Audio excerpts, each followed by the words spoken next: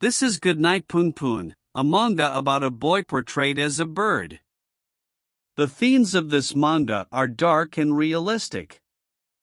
We never actually see his face and only see a drawing of it scribbled over his eyes and nose. Punpun's family life sucks. Like really bad. His father is an alcoholic gambler and his mother is distant and can be viewed as mentally abusive. The father is abusive towards the mother, and in the first volume he attacks her and is worried that Punpun doesn't believe him. Punpun's friends in school mention that his father is in prison for what's happened. Aiko finds Punpun inside the sports hall where Punpun tells Aiko he wants to save her from her fate and that he loves her. Then Punpun experiences his first kiss, making his obsession over Aiko a lot worse, as he feels that he is fated to be with Aiko. Punpun avoids Aiko as he feels nervous, but she figures it out and finds him lying down. She tells him she loves him and he is mind blown. Aiko talks about Punpun and her loving each other forever, and Punpun agrees. He is truly terrified.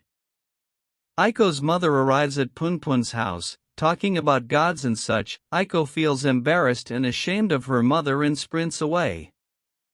Punpun catches up and Aiko tells him she wants to move somewhere far, and Punpun says he will one day go with her and he promises this.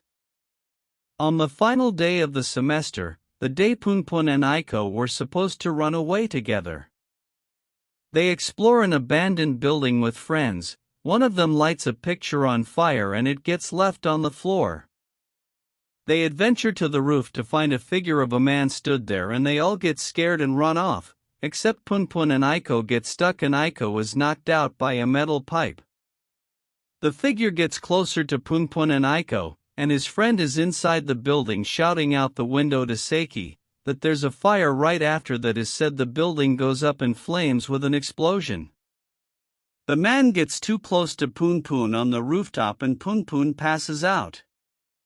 The fire is put out by the rain and Punpun is woken up by Aiko and his friends. He is worried that Aiko will kill him for breaking his promise about running away together and is terrified to see her, as Punpun is about to leave on his bike to find Aiko as he gets the news his mother has attempted suicide from her hospital balcony. Punpun ended up not meeting Aiko, leaving her in tears alone. On the first day back in school, Aiko is distant to Punpun and they don't speak until Punpun follows her after school upset because he didn't fulfill her wish. Punpun's father shows up behind Punpun, and he's happy to see him, but he soon finds out that he is leaving once again to go to America, but Punpun thinks he's a liar. The star Punpun once believed would make him a famous legend has now disappeared. And this shows that after all these events and things that have happened, Punpun's finally lost his joy and innocence in life. He feels no one truly understands his feelings and that he's alone.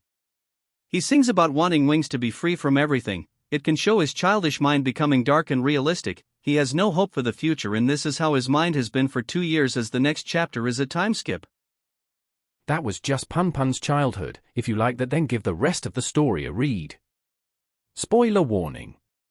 This manga is a 10 out of 10 for me, as it's a story that sits with me and it's something I can relate to. It's a dark but amazing story and I wish I could read it again for the first time.